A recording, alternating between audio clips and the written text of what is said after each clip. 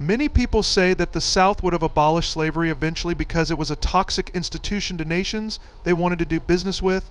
Davis himself tried to get foreign help for the Confederacy on the condition of ending slavery. There is some evidence to suggest that the institution of slavery may have been doomed in the South, regardless of the outcome of the Civil War. For example, many historians point to the fact that slavery was becoming increasingly unprofitable in the South as a result of declining cotton prices and the depletion of soil nutrients in certain regions. However, it is difficult to say with certainty what would have happened had the South been allowed to secede. It is possible that some states or regions may have continued to practice slavery, while others may have abolished it. Additionally, it is worth noting that the Confederacy was founded explicitly on the preservation of slavery, so it is unclear how committed the Confederate leadership would have been to abolish the institution, even if it had become economically unfeasible.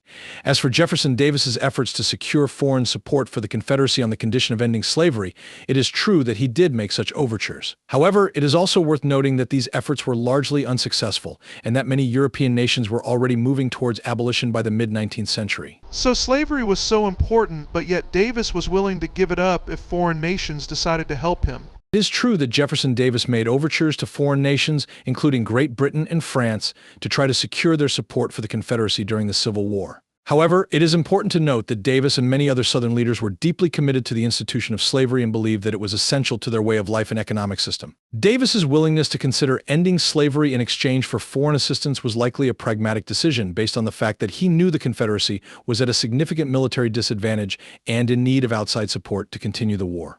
It is also worth noting that there were significant divisions within the Confederacy over the issue of slavery, with some leaders advocating for its abolition and others fiercely defending it.